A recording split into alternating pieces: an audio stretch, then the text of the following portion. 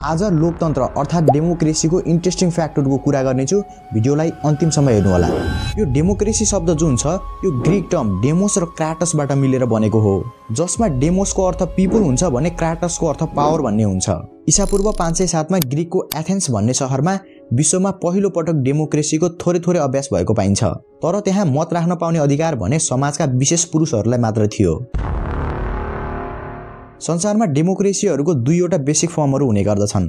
पहिलो हो direct democracy, जसमा राज्यका योग्य नागरिकहरू एक्टिभली पोलिटिकल डिसिजन मेकिङमा सहभागी हुने गर्दछन्।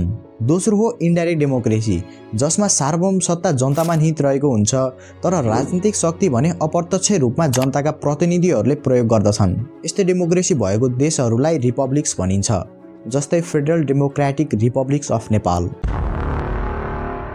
संविधान बनेको डेट अनुसार हेर्ने हो भने विश्वको सबैभन्दा पुरानो लोकतान्त्रिक देश भनेको अमेरिका हो। तर इन्ट्रेस्टिङ कुरा के छ भने सन् 1789 मा बनेको अमेरिकाको संविधानमा यो डेमोक्रेसी शब्द नै छैन।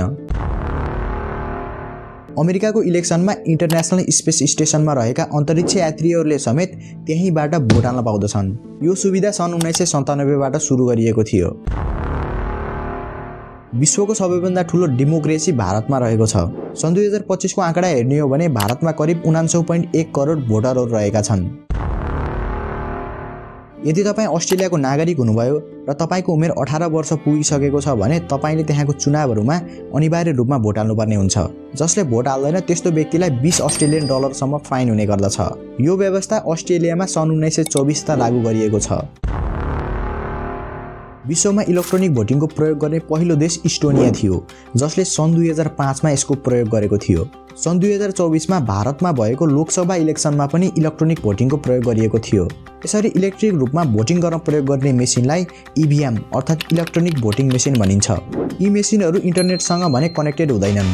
डेमोक्रेसीको एउटा अभिन्न अङ्ग इलेक्सन पनि भएको हुनाले यहाँ इलेक्सनको कुरा गरिएको हो। आजको भिडियो कस्तो लाग्यो कमेन्टमा भन्नु होला र यस्तै लिगल र इन्फर्मेटिभ भिडियोको लागि हामीलाई फलो र सब्स्क्राइब गर्न नबिर्सनु होला।